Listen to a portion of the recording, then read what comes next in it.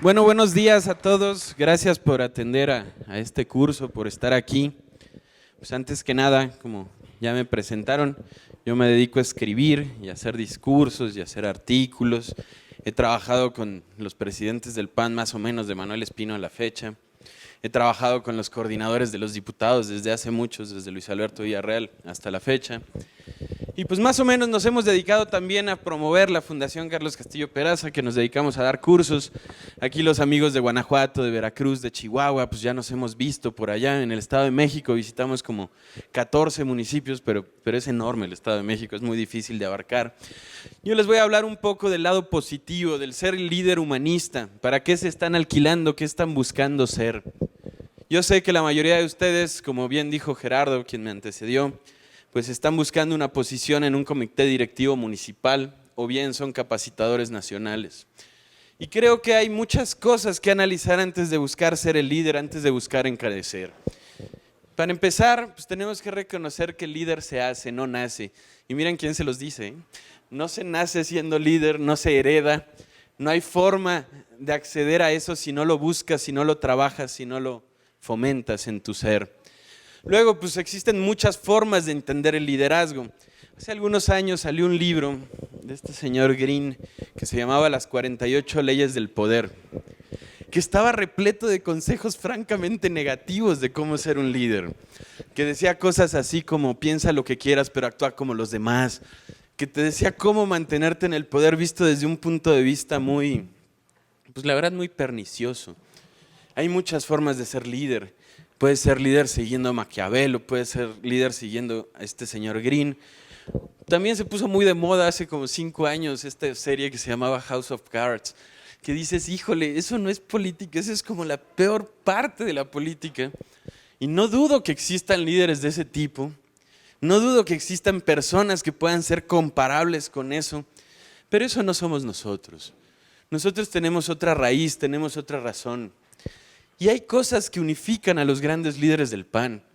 Nosotros en la Fundación Castillo Peraza nos hemos, primero la verdad lo hicimos por hacer la investigación de mi papá, de Carlos Castillo.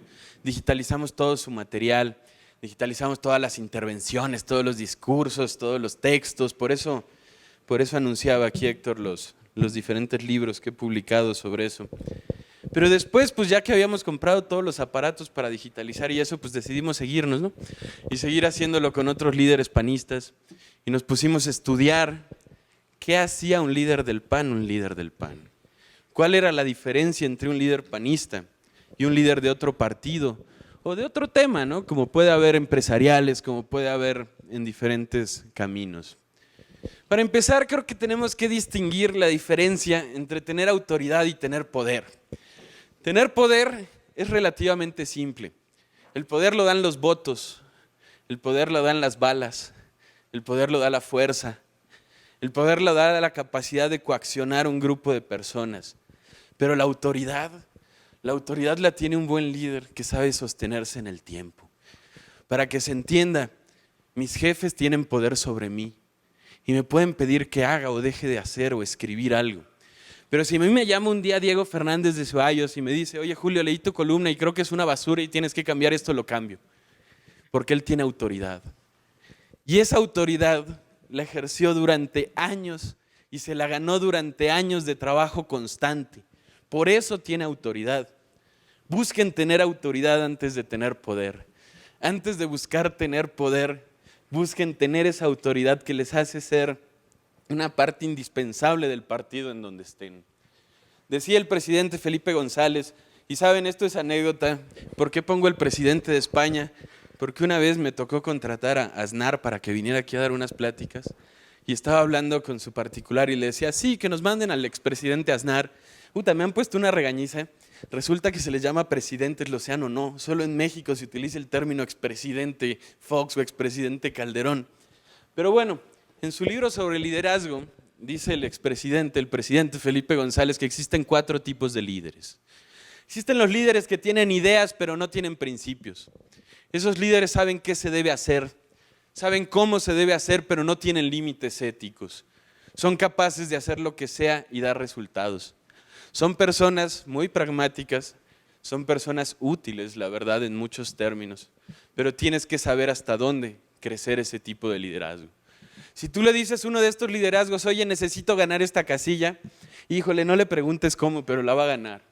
Lo más seguro es que te traiga el resultado porque sabe cómo, pero no va a haber nada que lo detenga, no va a tener un límite en valores. En el PAN no necesitamos esos tipos de líderes encabezando.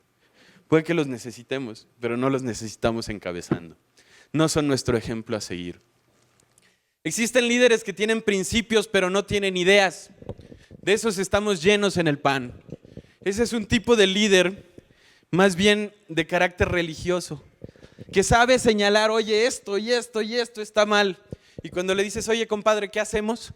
Ahí se acabó su liderazgo. No son gente mala, son gente que es necesaria. El PAN ha tenido de este tipo de personas afiliadas toda su historia. Sus 80 años de historia hemos caminado con estas personas. Y son gente que nos ha dado vida, que nos ha dado votos, que nos ha dado tiempo, pero que no son los que nos van a encabezar, porque no tienen el qué hacer, solo el qué está mal.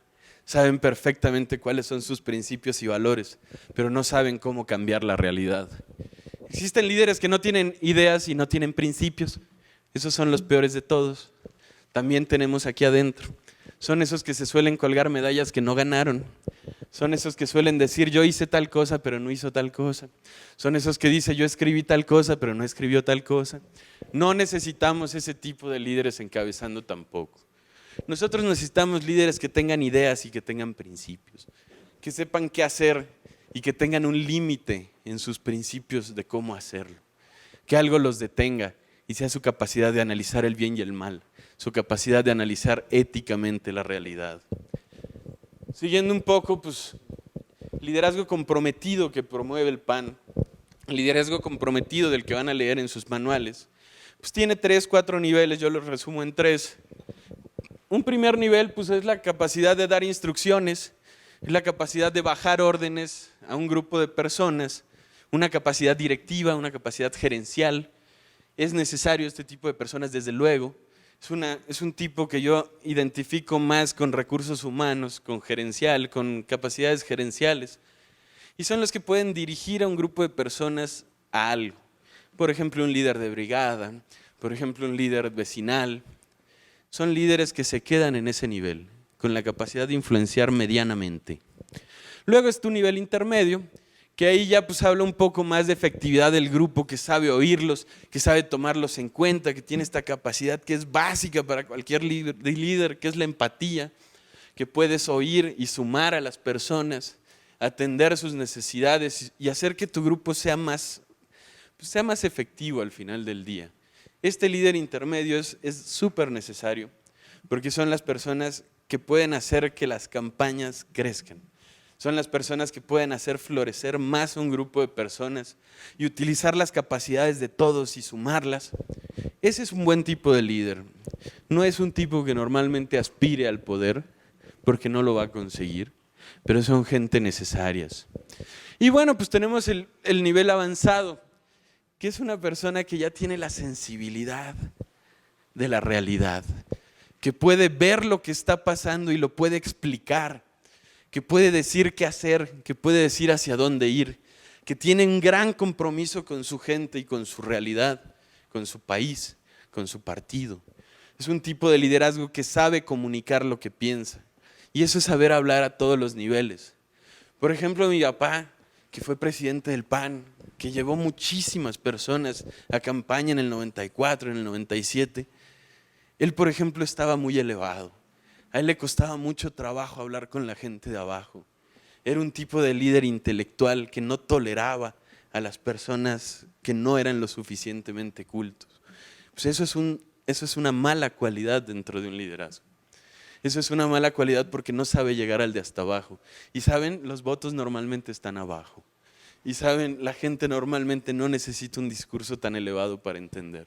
Necesita más bien uno en su idioma. Bueno, pues siguiendo un poco adelante, yo creo que las cualidades base de cualquier persona que aspire a ser líder de algo hoy, en este o en cualquier país, en primer lugar es la empatía. Tienes que poder ponerte en los zapatos del otro. Tienes que poder saber qué siente. La empatía se define básicamente como poderte poner en los zapatos del otro, pero eso involucra la sensibilidad, su realidad, su sufrir, sus carencias, sus necesidades. ¿Por qué queremos liderar gente? Porque queremos cambiar su realidad.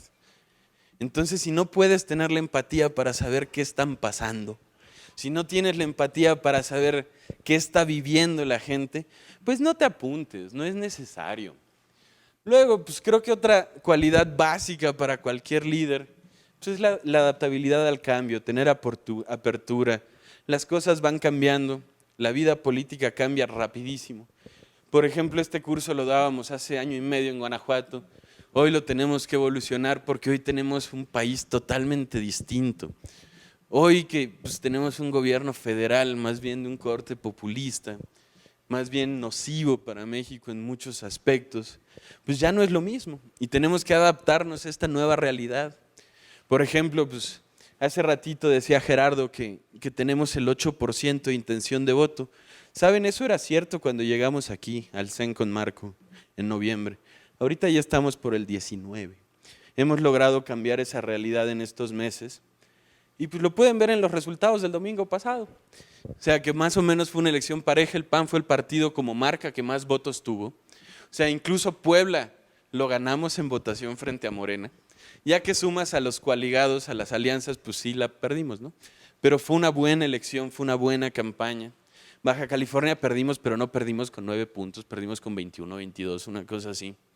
Y bueno, Aguascalientes lo ganamos de calle, Tamaulipas ganamos 21 de 22, Quintana Roo también estuvimos abajo, pero no estamos tan mal y tenemos que adaptarnos a esta nueva realidad.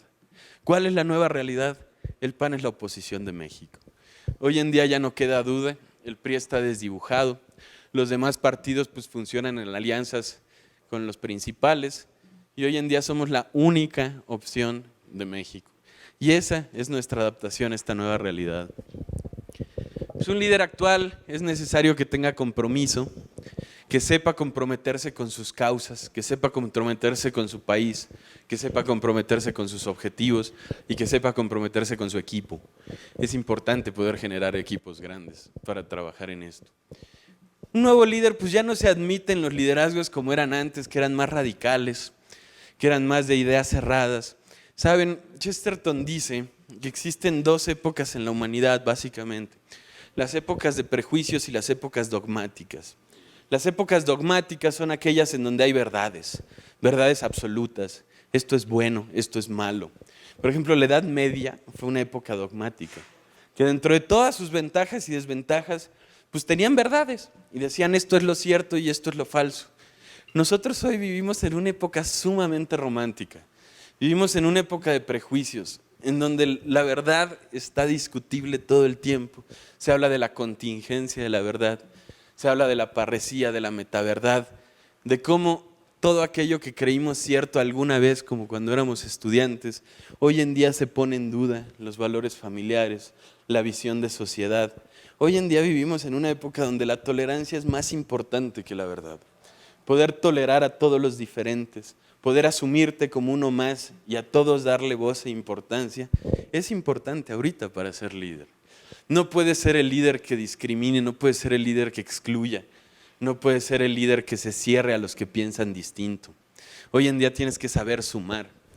Y bueno, pues el nuevo líder tiene que saber comunicar y tiene que tener un nuevo discurso.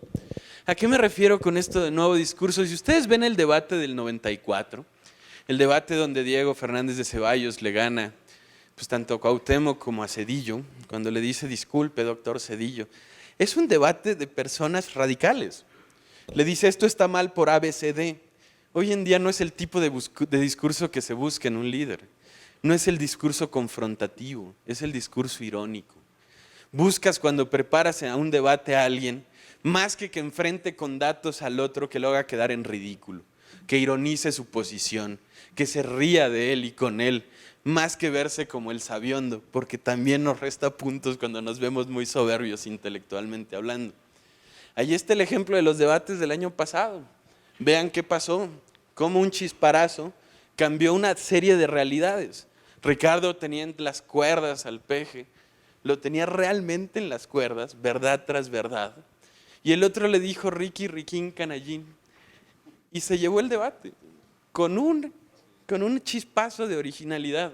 Eso se llama colmillo. Eso se llama capacidad de reaccionar, de adaptarse a donde estaba. Y a nadie le importó todas las cifras que le estaba dando sobre lo peligroso de invertir pues, en una refinería, sobre el cambio de eje que se está viviendo en el mundo de las energías a las energías limpias. Y no, lo que pasó y trascendió y fue noticia, fue la tarugada del otro señor que hoy nos gobierna. Tenemos que poder ganar también en ese ámbito. Si el punto es tener la verdad, pues también tienes que tener el colmillo para poder reaccionar. Y tienes que tener el discurso, sí.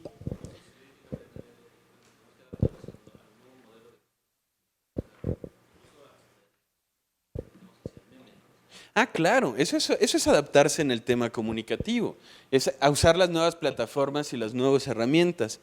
Pero mira, yo te lo pongo de una manera más radical, no solo es adaptarte a poder llevarlo al meme. Los que nos dedicamos a temas comunicativos, la llegada de Andrés Manuel López Obrador nos dio en la torre a todo.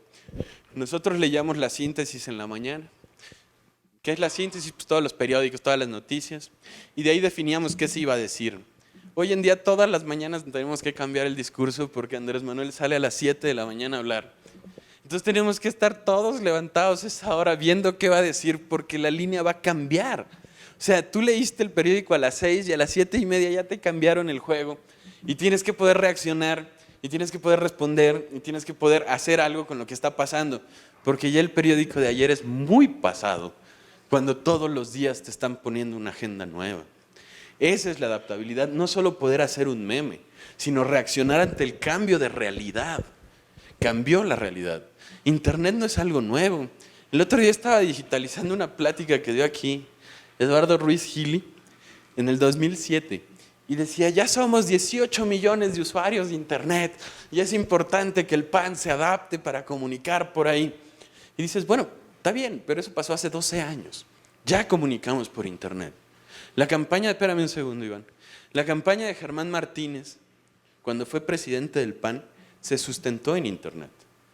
Y fue una mala idea, porque todavía no había una mayoría de personas en Internet.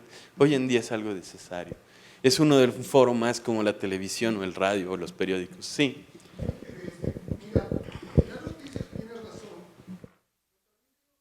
Ahorita que se está polarizando a nivel mundial, dos opciones. Nacionalismo contra globalismo. Ajá. La acción nacional es más nacionalista que globalista. Papá mismo lo decía. Frente a la globalización, mundialización. ¿Y a qué se refería mi papá? Desde primero las personas. Exacto. Que también tenemos, ojo, en el tema de la migración ilegal provocada por George Soros, están... Por Soros. Debe oponerse. Ajá. ¿Por qué? Porque Andrés Manuel y Marcelo Ebrard están metiendo gente por toneladas y están poniendo un problema de seguridad nacional. Ve, por ejemplo, Iván, eso era el problema hace un mes, ya no. Hoy en día Andrés Manuel está frenando a la gente que quiere entrar por Trump. Y lo que se referían con globalización y mundialización es precisamente eso. Cuando tú pones a la persona al centro te vas a dar cuenta que la economía es mundial, es global, que el crimen es global, pero que la seguridad no es global, que el desarrollo social no es global. Entonces tú estás atendiendo a problemas mundiales desde un municipio. Cuando tú vives en cualquier municipio y dices, me tengo que enfrentar al narcotráfico, pues te estás presentando contra un señor que tiene redes aquí, en México, en el mundo, y tu estructura pues, son 5 policías municipales. Es complicado. Y sí tenemos que hacer más mundo y menos globo. A tus órdenes. Quería hacer un comentario de mi punto de vista personal en relación a ese nuevo discurso. Siempre debe llevar un referente y el referente puede ser una frase célebre. Necesitamos también actualizarnos en frases célebres porque mandamos a pobre Gómez Morín como abanderado en frases célebres y ya hoy en día tenemos nuestras frases célebres. Todos los que estamos tocando la puerta, los que estamos sudando, los que estamos haciendo saliva, tenemos ya estas frases célebres que también requiere actualizarse. Estoy totalmente de acuerdo, Tomás. No, a ver, don Manuel Gómez Morín fue un referente y fue un referente de su generación. Don Manuel Gómez Morín, ¿a quién le hablaba? Al México de los 40, básicamente. ¿Cuáles eran las grandes causas del PAN fundacional? pues la democracia, que se respetara el voto, que la mujer votara. Hoy no vamos a salir pidiendo el voto de la mujer, eso ya se logró en el 52. Hoy no vamos a salir pidiendo la democracia porque ya los votos se cuentan. Necesitamos actualizar nuestras causas. Yo sí creo que, por ejemplo, las causas que mi papá abanderaba, como es el último ideólogo del PAN, siguen siendo muy actuales. Pero aún así tenemos que seguir actualizando. Gustavo Madero decía, los panistas de hoy no conocieron al preautoritario que nos tocó combatir, pero tampoco al pan heroico del que nos enamoramos. Y creo que ahí está el juego. Nosotros vamos a hacer ese pan heroico del que se tiene que enamorar la siguiente generación. Ya no contra un preautoritario, contra un Morena que busca ser una nueva forma de autoritarismo, una nueva forma de dictadura al final del día, ¿no? Pero bueno, mucho juego está en comunicar, ¿no? Continuando, esta presentación es mucho más larga que lo que se va a dar aquí. Aquí les puse 10 reglas para los líderes humanistas, que son 10 reglas que cumplieron todos los grandes panistas cuando lideraron. Y cuando les digo todos, son todos. O sea, si ustedes analizan el liderazgo de don Manuel, el liderazgo de don Efra, el liderazgo de mi papá, el liderazgo de quien se les ocurra, ¿sí?, ha cumplido estas reglas. La primera de ellas es que un verdadero líder persigue causas, no sillas. Oye, Julio, fíjate que quiero ser diputado, güey. Mi sueño ha sido ser diputado toda la vida y creo que nací para ser diputado. Intenté hacer una maestría, pero la verdad me salí porque no me convenían los horarios y no me iba bien. Intenté poner un negocio, pero pues tronó porque pues no era lo mío, porque lo mío es ser diputado. Lo más probable es que ese güey también sea un pésimo diputado si llega a ser. ¿Cuánto hay que invertir? A ver, señores, un verdadero líder sigue causas, no sillas. ¿Cuál es tu causa? Y tu causa te va a llevar una silla. Les voy a poner un ejemplo muy claro. Javier Corral en Chihuahua. A nosotros, a la Fundación Castillo Peraza, nos contrataron para capacitar a toda la estructura previa a la elección de Corral. Estuvimos año y medio antes de la elección capacitando a todos los panistas de Chihuahua y no sabíamos quién iba a ser el candidato. Javier Corral no estaba ni siquiera apuntado como precandidato. Estaban dos, uno actualmente es diputado federal, estaba Gustavo Madero, que era presidente del PAN, estaba Juan Blanco, que fue alcalde de la capital, y nosotros, pues ese era nuestro pool para encuestar. Hicimos una encuesta abierta y salió Javier Corral 25 puntos arriba del que le seguía. Y decías, ¿por qué carajo si él ni siquiera quiere ser gobernador ahorita? Pues resulta que la causa de Javier Corral era el combate a la corrupción en Chihuahua. Y fue una causa que mantuvo durante 15 años. Y si se encontraba a César Duarte en el Senado, lo encaraba y le decía, usted es un corrupto, y lo ponía en su lugar. Y saben, esa causa de combatir a la corrupción en Chihuahua se convirtió en la principal petición de la sociedad de Chihuahua. Entonces, de repente, la causa de este señor se convirtió en lo que todos buscaban. Él nunca levantó la mano y dijo, oigan, yo quiero ser el gobernador. Nosotros tuvimos que ir por él, porque su causa resultó la más válida en ese momento, en esa coyuntura en Chihuahua. Un verdadero líder persigue causas. Y si ustedes quieren buscar una diputación, la presidencia de su comité municipal o lo que sea, primero tengan causas. Y que sea la causa lo que los lleve a la silla. Porque si no van a llegar y no van a saber qué hacer en la silla.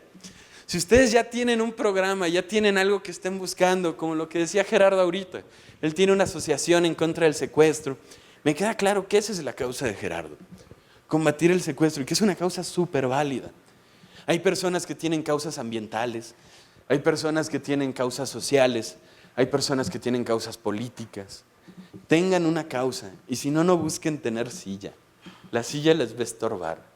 La silla es muy útil cuando te sirve para llevar a cabo una causa. Si no tienes una causa previa, pues tampoco es... ¿Cuántas veces hemos oído la expresión, ya me toca? Llevo muchos años en el PAN, eso no aplica. No hay panistas de primera hora y de segunda hora. ¿Saben? El debate de los neopanistas, cuando menos desde que yo tengo memoria, existe. Y hemos llegado a la conclusión aquí con la secretaria, con Maggie, que es un juego como de tren. Que tú vas en el tren, y de repente se sube un güey, te dice, ¿tú qué eres? Yo soy panista. Y le dice el otro, yo soy panista. No, tú acabas de subir, yo soy panista. Siguen a la siguiente estación, se sube un tercer vato. Les dice, ¿ustedes qué son? Nosotros somos panistas. Y el tercero, yo soy panista también. No, nosotros somos panistas. Tú acabas de subir. Y así hemos vivido este dilema todos los años. Cuando era mi papá, era que si el yunque, que desde afuera quieren gobernar al PAN. Después llevaron los grupos tipo Doxa, que metían a gente al PAN para ganar internas. Después ganó Calderón y llegaron los afiliadores locales para ganar internas. Todos son panistas. Ni siquiera se molesten en hacer un debate de eso. Todos tienen el mismo valor y su voto vale lo mismo. El problema es la institución. Si no podemos adoctrinar a todas esas personas que entraron, es problema nuestro, no de ellos. El que tiene que digerir a las personas que se acercan al PAN y hacerlos panistas es el PAN, no la persona en sí misma. Desde luego que hay valores que se comparten, desde luego que hay cosas que son simples de codificar, pero hay otras que tenemos que aprender a enseñar. Segundo punto, desde el primero y hasta el último, todos van a ser tu responsabilidad. Saben, hay 1000 ejemplos para esto. Una vez estábamos en una campaña de gobernador en Colima y nos secuestraron a un chavo de los brigadistas.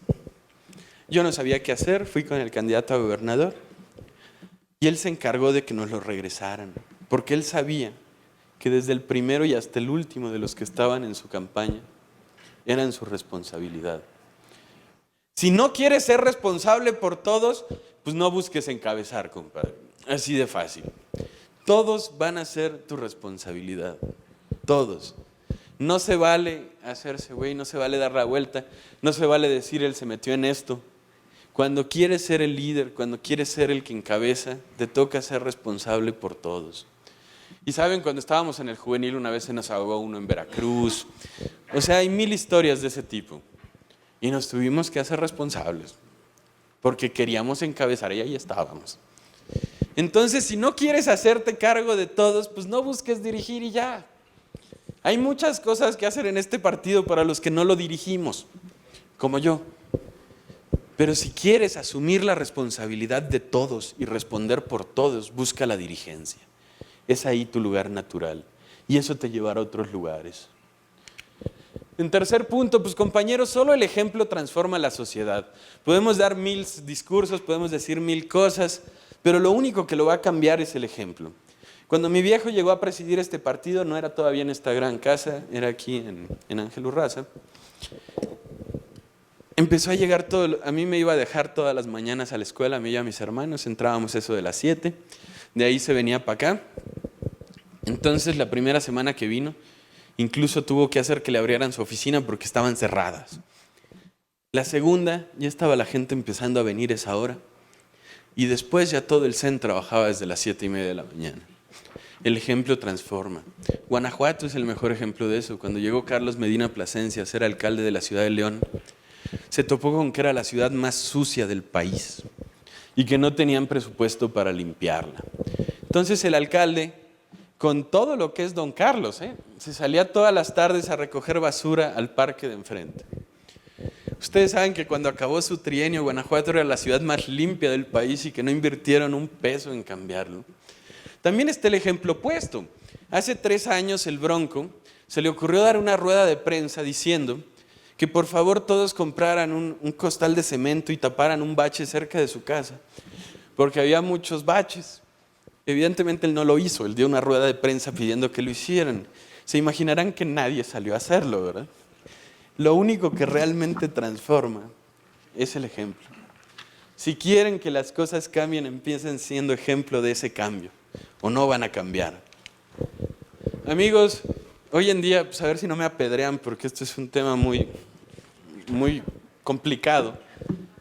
Pero saben, amigas, pueden llegar a ser diputadas, pueden llegar a ser senadoras, pueden llegar a ser presidentas de su comité por cuota, pero no las va a hacer líderes la cuota.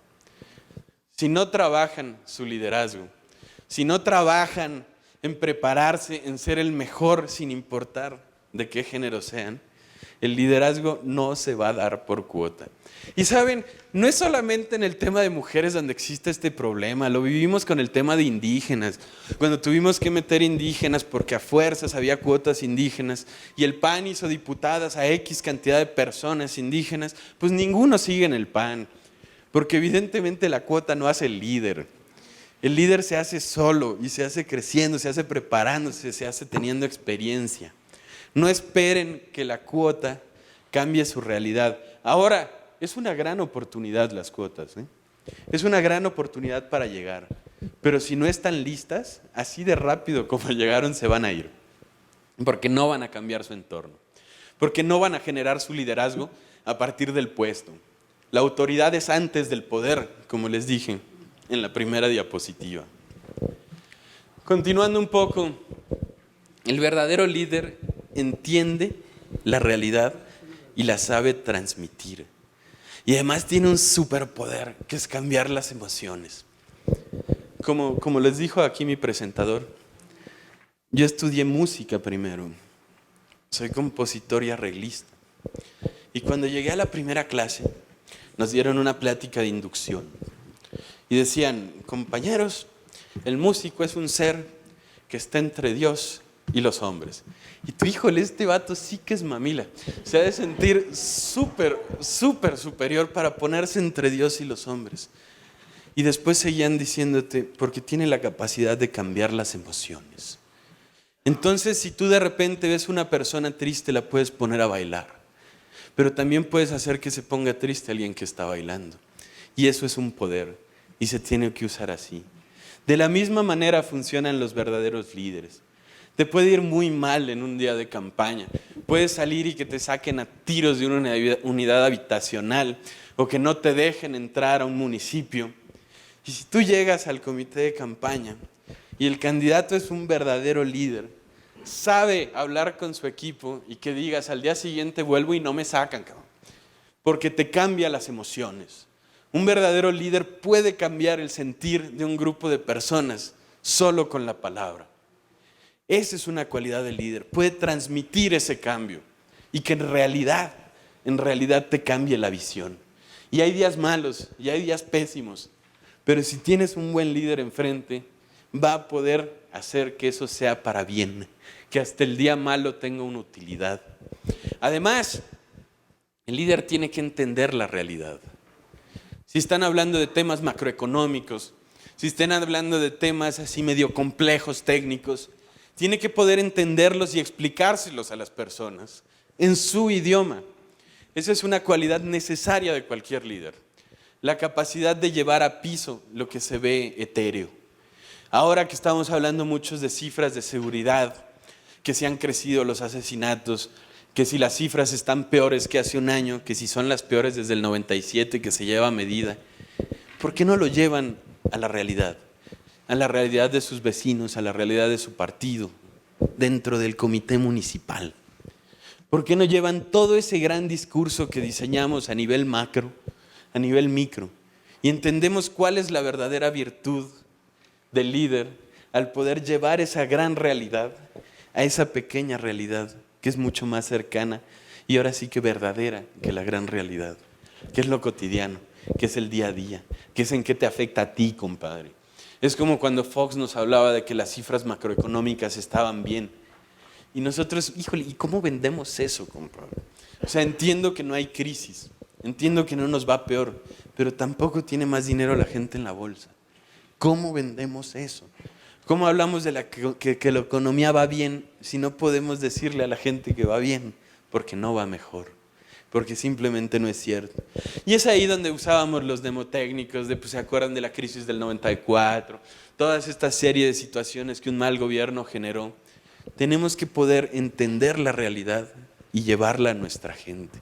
Y explicarle en qué le afecta, cuál es su verdadero sentir. Bueno, a mí me ha tocado la verdad he tenido la suerte de convivir con muchos líderes, de trabajar para ellos. Yo fui director de campaña de los jóvenes de Santiago Krill en 2005. Aquí hay amigos que nos conocimos en ese entonces. Me tocó estar con todos los presidentes del PAN. Y saben, hay días en los que te das cuenta que el liderazgo se está mermando. Y esos días son cuando te das cuenta que ahora ya solamente hablan de sus enemigos. Si de repente el tema principal, el tema central en las juntas con tu líder o contigo, se vuelven los enemigos a vencer, es que el liderazgo se está mermando, ¿eh?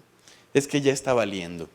Tú llegas a ser líder por algo, llegas proponiendo algo, teniendo una agenda, teniendo un programa, teniendo una plataforma, teniendo una visión de lo que debe de cambiar. Si de repente todo eso ya lo olvidaste y te dedicas a cuidarte de tus enemigos, o peor, a ver cómo fregarte a tus enemigos, políticos internos y o externos, quiere decir que ya no eres un líder. Quiere decir que eres un boxeador dentro de una arena, que te dedicas nada más al pleito, porque no estás cambiando ninguna realidad. Simplemente estás viviendo tu momento sin que te quiten de donde estás. Estás cuidando que no te quiten. Los enemigos nunca van a ser el tema de un verdadero líder. El tema de un verdadero líder va a ser qué va a ser la siguiente generación. Es la capacidad de ver lo que venga. Y saben, me han tocado ver a muchos distintos tipos de presidentes, por ejemplo del PAN. Existen los presidentes que se preocupaban por ganar elecciones. Esos presidentes, pues hay buenos, ¿no? Que su real problema era si ganaban o perdían la siguiente elección, el partido. Y pues nos abocábamos todos a ver qué hacer para ganar elecciones, dónde íbamos, dónde apoyábamos. Existen otros líderes que yo creo que son un poquito mejores que los que se preocupaban solo por las elecciones, que a lo que le tenían miedo no era perder elecciones, sino a que se les partiera el partido. Porque se te puede partir el partido. Yo he trabajado con presidentes del PAN que le tenían pánico a eso, sobre todo cuando éramos gobierno, porque eso era una realidad que mermaría por completo al PAN. Y si se va en todo este grupo nacional, ¿qué va a pasar con el partido? Pero los verdaderos líderes, los que realmente cambiaron la cara de esta institución, ni pensaron en las elecciones, ni pensaron en si se les partía el partido. Pensaron en la siguiente generación. Pensaron en qué se tenía que hacer para que la siguiente generación de panistas ya no luchara por lo que estábamos luchando hoy. En qué se tenía que hacer, sean ese tipo de líderes. Bueno, avanzamos. Bueno, amigos, esto está un poco de sobra, pero la soberbia, la frivolidad y la corrupción acaban con todo. Ustedes se acordarán, aquí hay personas de Jalisco, creo. Llegamos a gobernar el 98% de Jalisco a nivel municipal. Y saben, en las asambleas nacionales eran insoportables los de Jalisco, porque ellos ganaban, nosotros no, ¿eh? De hecho, eran los únicos que ganaban ese nivel. Ya como eran soberbios, y ni que los aguantaran. Saben, hoy gobernamos el 2% de Jalisco. Eso es lo que pasa cuando la soberbia nos gana la estructura. Si nos damos cuenta, también pasó eso en Sonora. Sonora la ganó Padres y existió algo que creo que ya no existe, que se llamó el Grupo Sonora, que fue por todo el país vendiendo elecciones, ofreciéndose como la solución a todos los problemas. Y pues casi no ganaron ninguna elección después de la de Padres, porque lo de Padres fue un ejemplo muy trágico de cómo se ganó una elección, pero la dictaminó más una tragedia que una buena campaña. La soberbia acaba con los mejores equipos. No dejen que la soberbia los coma. Otro de los grandes cánceres, esos son los que yo llamaría los 3 cánceres de la política, es la frivolidad. Cuando tú marcas una línea entre la gente y tú. Miren, una vez estábamos en Mérida, ya habíamos ganado la alcaldía por primera vez en muchos años, porque la ganó don Víctor Corrarra Ochoa a finales de los 50. Y nos metieron por atrás, en una suburban, a un evento. Salimos, se hizo el evento, ahí nos aplaudieron, la fregada, y nos fuimos. Por atrás igual, en suburban.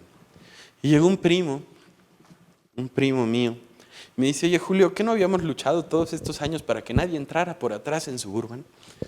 ¿Qué no precisamente la lucha de todos estos años era que ya nadie hiciera lo que se hacía aquí el año pasado? Cuando la frivolidad nos gana, perdemos la cercanía y perdemos el piso. Ya no estamos entendiendo dónde están los ciudadanos y dónde estamos nosotros.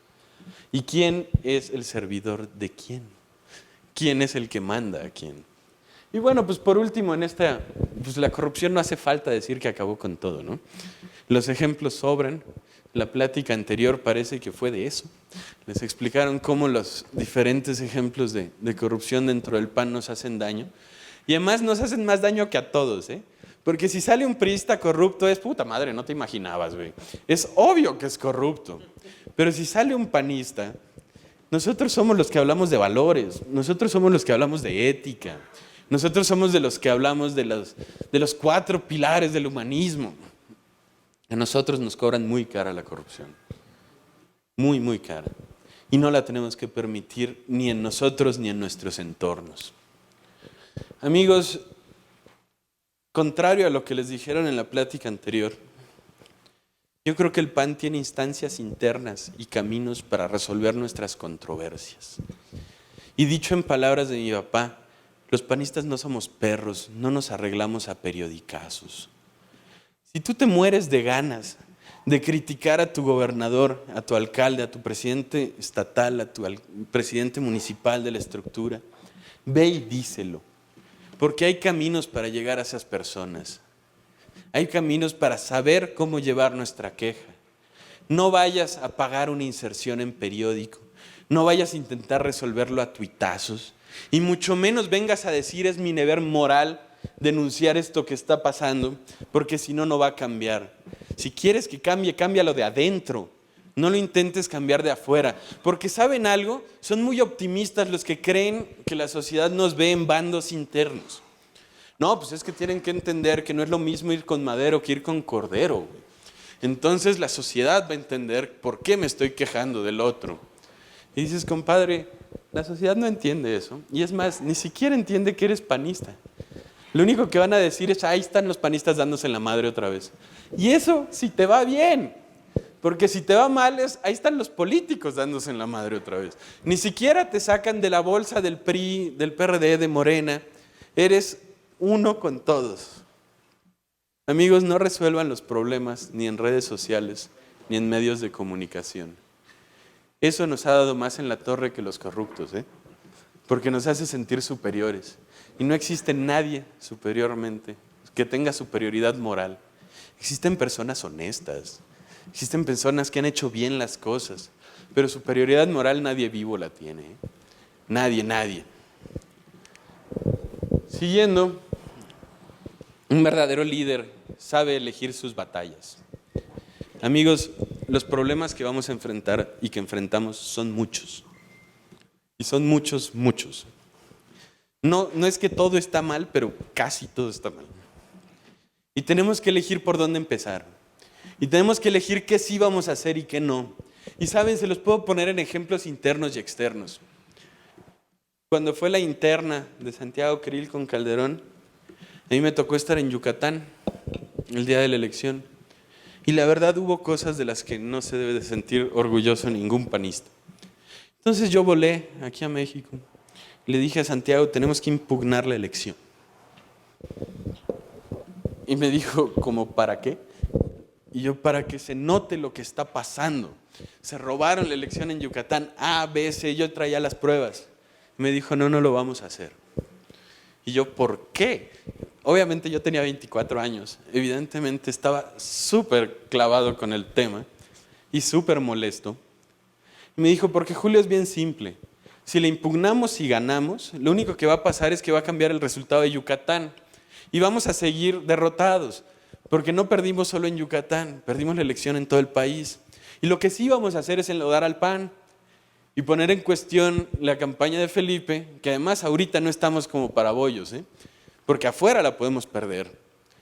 Él eligió no hacer esa batalla. Y aunque yo por la pasión de la elección no entendía por qué, él tenía razón. No iba a cambiar la realidad si impugnábamos y si hacíamos público el cochinero. No iba a cambiar nada si lo hacíamos. Es más, lo único que iba a cambiar era la imagen del PAN hacia afuera. Y él lo tenía claro. Elijan cuáles batallas van a dar y de cuáles van a ser parte, porque la mayoría no sirven para nada. Si a ti te dicen, Julio, te vamos a hacer jefe de gobierno. Si tú llegas a gobernar un lugar como esta ciudad, en realidad dices, ¿por dónde empiezo? ¿Qué se atiende y qué no? Elijan qué van a atender. Y de las cosas que propongan en sus elecciones, si están buscando un comité municipal, y las cosas que propongan en su campaña, si están buscando una diputación, una senaduría, una alcaldía, pues elijan cuál van a hacer primero, de acuerdo a los factores más convenientes, cuál se ve más, cuál me va a dejar mejor, cuál va a ser un cambio real en la sociedad. Pero no intenten atender todo, porque no puedes llevar crisis sociales en diferentes sectores. Tienes que elegir una. ¿Por qué nunca le dio el gobierno de Calderón en la torre al sindicato de maestros? Porque ya lo habían hecho con el SME. Entonces, si te abres un frente con los de energía, te abres un segundo con los maestros y ya tienes abierto el de los mineros, en realidad te pueden colapsar al país. Entonces, tú tienes que elegir qué batallas vas a dar y en qué tiempo. Para terminar esto, creo que es el punto más difícil de entender, y es que un verdadero líder sabe decir adiós. Sabe cuándo acabó su tiempo. No intenta perpetuarse en el poder con su esposa, con su hijo, con su amigo. No pasa, ¿verdad? No intenta quedarse con el cargo a perpetuidad. Sabe decir hasta aquí llegué. Y saben, los verdaderos líderes se notan cuando se van. Porque cuando fueron reales líderes, los vamos a buscar para que nos den conferencias. O si se mueren, les hacemos calles y les ponemos estatuas y hacemos sus libros. Pero los malos, cuando se van, se empieza a oír lo que realmente pensaba la gente de ellos. Híjole, qué bueno que ya acabó, porque este güey A, B, C, D, E. Ahí es cuando te das cuenta quién era líder y quién no. Los que no podían hablar porque eran empleados de él, empiezan a hablar. Los que no estaban tan de acuerdo y por no dañar el momento o hacer complicado, no dijeron nada, van a decir lo que piensan. Y tenemos que saber decir adiós. Y tenemos que decir hasta aquí llegué y es tiempo de que otra generación lo retome. 1949, la mayoría de ustedes son scans. El discurso con el que se despide don Manuel Gómez Morín de la presidencia del PAN después de 10 años de ser presidente del PAN. Es tiempo de que otras inteligencias, de que otras generaciones tomen esto para que le den vida. Mi papá fue presidente del PAN 3 años. Él pudo haber buscado la reelección. Pero como se había roto la interlocución con el gobierno de Zedillo, como habían tenido broncas, dijo, es más dañino tener un presidente del PAN sin interlocución con el gobierno. ¿Por qué es dañino? Porque pues, si no tienes interlocución con el gobierno, no eres presidente del PAN, eres una isla. O sea, eres un ente aislado de la política nacional. Y por eso decidió no buscar reelegirse. Yo creo que lo hubiera ganado 2-1. Pero también hay que decir, ya mi liderazgo aquí va a ser nocivo en este momento. Tengo que dejar que otros vengan. Y hay que saber entenderlo. Y hay que saber cuándo acabó nuestro tiempo. Amigos, les voy a dejar dos ideas más antes de terminar. La primera es que es bien difícil ser líder del PAN. El PAN es una institución a la que nos invitan para ser libres, para poder decir lo que pensamos y cambiar la realidad. Entonces, cuando quieres liderear a personas libres, vas a recibir las críticas de todos. Este no es el PRI. No es que llegue el rey y le aplaudimos y todos nos formamos atrás y diga lo que diga está bien. Es bien difícil ser líder del PAN, porque tienes que enfrentarte a todas las críticas, a todas las acusaciones de todos. Parece que nosotros hacemos líderes para tener a quién fregar. O sea, hicimos a Vicente Fox presidente y sus principales detractores eran panistas. Cuando Pancho Barrio, los de Chihuahua que están aquí, fue gobernador, no me dejarán mentir, busquen quién le votaba en contra de sus reformas en el Congreso. Era el PAN. Es bien difícil ser cabeza de esta institución, porque aquí estamos en libertad y todos los que están aquí están en libertad. Nadie va a condescender por el simple hecho de que tengas el cargo. Tenemos que entender eso también si estamos buscando ser líderes. Y vamos a tener que dedicarle un tiempo a responderle a los nuestros, a explicar nuestras razones, a decir por qué estamos haciendo algo. Y la segunda de ellas, ahorita Gerardo les explicó en grandes rasgos y en grandes definiciones qué es la mística. Pero yo creo que eso no se entiende con una definición. Mi papá lo contaba de una manera muy, muy práctica. en sus cursos. Decía, tal como dijo Gerardo, la palabra mística viene de mistike, del griego, que quiere decir arcano o cerrado, pero pues eso no nos dice mucho. En la Edad Media, que fue cuando se construyeron las grandes catedrales, hubo una catedral que hicieron más rápido y más bonita que todas, y fue la Catedral de Lausana, ahí por donde está Suiza ahorita. Los arquitectos se preguntaban qué tenía de diferente esa catedral a todas las demás, que la habían hecho más grande y más bonita que el resto. Entonces fueron a entrevistarse con los obreros y fueron a Chartres, a las afueras de París, y le preguntaron al obrero, oye, ¿qué haces? Y el obrero le respondía, pues mira, yo pongo una piedra, pongo una mezcla y pongo otra piedra, y estoy haciendo una pared. Fueron con los obreros de Lausana y le preguntaron, oye, ¿qué haces? Y él le dijo, estoy construyendo la catedral más grande y más bonita del mundo. Eso es hacer las cosas con mística. Es cuando entiendes que cuando vas a volantear o a tocar una puerta o a buscar un voto, estás construyendo un mejor país, no estás entregando un pedacito de papel. Cuando nosotros entendemos la mística de ser panista, es cuando entendemos nuestro valor más allá de la acción, cuando podemos ver más allá del hecho inmediato, que lo que estamos haciendo va a cambiar la realidad de este país. Y yo los invito a que sean esos líderes, a que sean esos líderes humanistas que saben ser la diferencia. Y bueno, pues para terminar ya simplemente queda preguntar si hay alguna pregunta, algún comentario o algo que quisieran añadir. Gracias.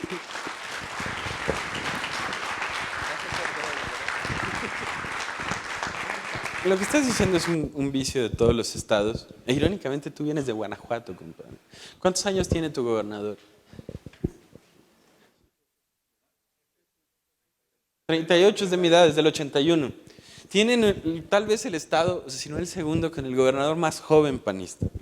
Ustedes tienen una revolvencia de cuadros tremenda y han sabido entender este tema de las generaciones. Y cuando salen sus viejos perfiles, como lo es en la Cámara Juan Carlos Romero Hicks o como lo es Vicente Fox, es porque ya tienen una autoridad que va más allá de las elecciones. O sea, esos se paran y ganan de calle. Eso es lo que buscamos, pero en todo el país. ¿Cómo hacer para que no haya corporativización de los militantes?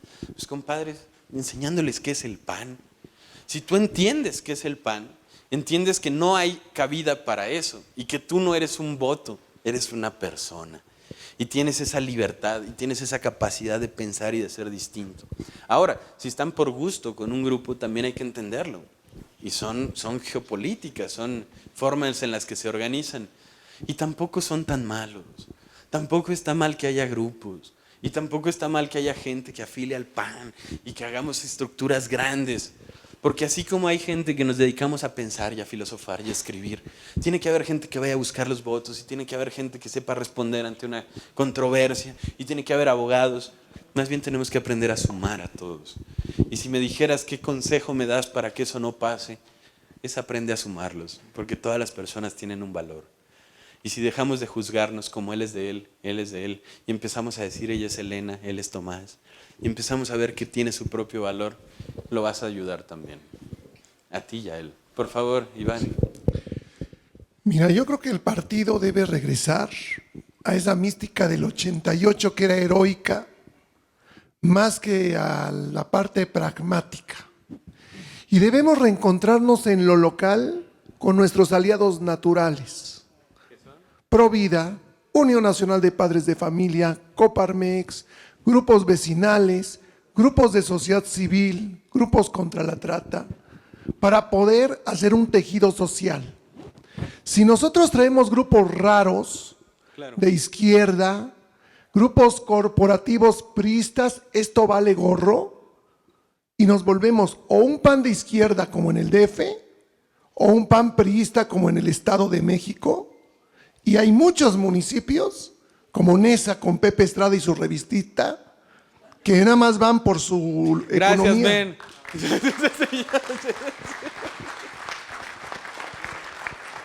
A ver, compadres, el PAN del DF no es de izquierda. Aquí en el DF gobernamos esta delegación, que es Benito Juárez, y yo me siento muy orgulloso del gobierno de aquí y de lo que se ha logrado aquí. Somos la delegación con mayor índice de desarrollo humano del país, por no decir que tenemos cifras similares a las de Suiza. Desarrollo humano, también aguas. Que hay pan bueno y pan malo en todos lados lo va a haber.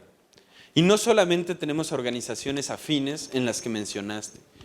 Aquí, por ejemplo, cuando Gerardo Priego, el que les habló antes que yo, era secretario de vinculación con la sociedad, estábamos vinculados desde organizaciones charras hasta organizaciones de maestros. Y saben, los charros y los panistas no compartimos nada en esencia, excepto una cosa, que queremos un México mejor. Y si logramos hacer que todos los que comparten ese objetivo, más allá, por ejemplo, tú ahorita hablaste de izquierdas y de derechas, híjole, yo ahorita no me atrevería a hablar en esos términos, porque además el presidente de la República les ha dado en la madre. El presidente dice, esto es de los conservadores. Híjole, no hay nadie más conservador que el presidente de la República, entendido desde una definición real. ¿Qué es ser conservador? Ser conservador en México el ejemplo es Lucas Alamán. Es ser monárquico, centralista y en contra de la división de poderes. Ser liberal, por otro lado, no es ser de izquierda, como tú lo acabas de decir. Es estar a favor de la división de poderes, a favor del federalismo. Nosotros somos en esa vertiente, viniendo de Manuel Gómez Morín, súper liberales. Y tenemos otro lado también, que va pro vida, que va a favor de la vida más que nada. Y también es parte nuestra. Pero no intentes dividir en un país ya sumamente dividido en discursos de más odio. Más bien intenta unificar. Y a nosotros hoy tenemos que aprender a sumar a todos los que son oposición. Y no somos solo nosotros. Yo creo que cada vez más mexicanos están decepcionados de lo que está pasando en el gobierno federal. Y tenemos que saber sumarlos y decirles nosotros somos diferentes. Y vamos a hacer las cosas bien porque ya lo hemos hecho. No, al Bester ya le invitaron, compadre.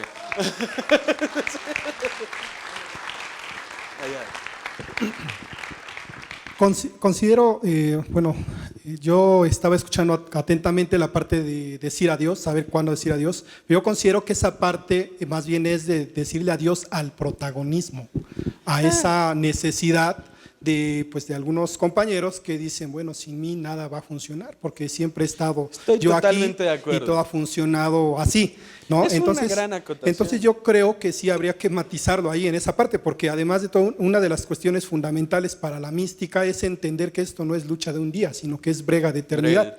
Y justamente nuestros mayores líderes y referentes, aún aquellos que ya nos han dejado, como tu padre, o como, Adolfo Cristi Ibarrola, Manuel Gómez Morín, Manuel Gómez Morín, y todos los demás, Efraín González Luna, su hijo, pues justamente ese liderazgo, esa autoridad moral fue la que el día de hoy nos sostiene a muchos aquí, ¿no? A pesar de a veces de todas las disyuntivas, ¿no? De que a veces hasta internamente, pues muchas veces sentimos esa desolación por ese liderazgo. Entonces, yo creo en esa parte, ¿no? Que más bien es esa ansiedad de protagonismo, porque en Acción Nacional todos somos necesarios, pero nadie es estrictamente indispensable, como se sienten algunos, que ya más que sumar, restan. Entonces, más bien el asunto es saber integrar a todas las fuerzas, a todas las visiones, incluyendo a aquellos que ya tuvieron su rol, que ya deben de entender que ya pasó su ciclo. En lo que estás diciendo incluso añadiría, no es tema de protagonismo, eso lo pueden seguir teniendo. El tema, imagínate que Diego Fernández de Ceballos compitiera por la presidencia del PAN. Ya no es su tiempo. No significa que no sea un gran líder del PAN, no significa que sea una autoridad, no significa que no sea un ejemplo a seguir, simplemente que ya no es su tiempo de estar encabezando puestos. Sigue teniendo el protagonismo que quiera tener, porque tiene sus columnas, tiene sus pedacitos ahí en Milenio, sus opiniones, y su pura presencia pesa. Pero eso no es buscar encabezar, ni tampoco es buscar un puesto dentro de la administración. Él ya no lo necesita. Él ya dijo adiós. ¿Alguien más? Aquí. Sí, Vamos siendo breves para poder ir concluyendo. Buenas tardes a todos. Mi nombre es Margarita y vengo de Ciudad Nezahualcóyotl. Ah, bien. Vas a defender a Catacoca. Comentaba yo hace unos momentos aquí con mi amiga y compañera de partido que el Partido Acción Nacional ha dado muchos cursos que nos dan la capacidad, la inteligencia de conocerlo más, de aprender más las vivencias que se han dado en muchos lugares. Pero yo sí quisiera pedirles a ustedes que los principales que deberían de poner el ejemplo son ustedes, el Comité Nacional, los comités locales de los estados. ¿Y por qué lo digo? Hace algunos años yo con algún grupo de compañeros panistas nos dimos cuenta que en Ciudad Nezahualcóyotl desde hace muchos años, porque te voy a decir que yo ingresé ayudando a Acción Nacional desde los 14 años y ahorita tengo más de 50. Y entonces hicimos una serie de actividades, documentos, nos organizamos y estuvimos viniendo y mandando al Comité Nacional y al Comité Estatal lo que estaba ocurriendo para que se le pusiera una pauta a eso que la verdad estaba perjudicando a todo el partido, por lo menos en Ciudad Nezahualcóyotl, y no nos hacían caso. Tuvieron que pasar varios meses para que nos dieran una cita, que cuando nosotros acudimos a esa cita, nos dijo el que nos iba a atender, ya rápido, porque la verdad tengo una junta, una audiencia y discúlpenme, de veras discúlpenme, pero me tengo que ir. Entonces yo creo que ciertamente venimos a aprender que en los comités municipales, en los estados, tenemos que hacer todo lo que acaban de decir, que para mí es perfecto, es cierto y es verdad, porque yo lo he vivido, porque me he dado cuenta, porque gracias a Dios nunca voy a dejar Acción Nacional, porque para mí es un motivo de poder ayudar a los demás. Pero ¿qué es lo que pasa cuando ocurre con estas autoridades? Lo que te comento, la gente se desilusiona. Y yo creo que como base principal me gustaría los cambios de gobiernos en todos lados llegan y se van, y así como se van unos, llegan otros. Esperemos que ahorita en el que estemos sí ocurra eso, porque de nada sirve que tratemos de hacer algo en nuestros lugares de origen, que tratemos pues en un momento dado descarar lo que está pasando ahí, y que ustedes simplemente como autoridad competente para poder hacerlo nos digan: no tengo tiempo, no te puedo atender. Entonces yo sí les pido de favor que de ahora en adelante esta nueva autoridad que tenemos, tanto en el Comité Nacional como en el estatal, pues nos hagan caso, o sí, por lo menos nos den una resolución o una solución a lo que estamos planteando. Gracias, Margarita. Gracias. A ver, compañeros. Eso está muy bien, y yo estoy de acuerdo, nos tienen que recibir. Yo no soy autoridad aquí, esto tampoco lo soy a nivel estatal ni municipal, pero eso no fue una pregunta, eso fue un posicionamiento. Si tienen alguna pregunta, estoy a sus órdenes. Allá, a ver, ¿quién tiene micro allá? Ah, ¿ya? No, que ya no hay tiempo. Bueno, a ver, por favor. A ver, bibliografía para reforzar esto. Van a decir que qué gólatra soy, pero primero les recomiendo el libro de Así entiendo el pan, de mi papá, que compilé yo. Porque ahí son 10 textos donde explica qué es el PAN, desde un curso de introducción al partido hasta un curso para los diputados electos. El libro se llama Así entiendo al PAN.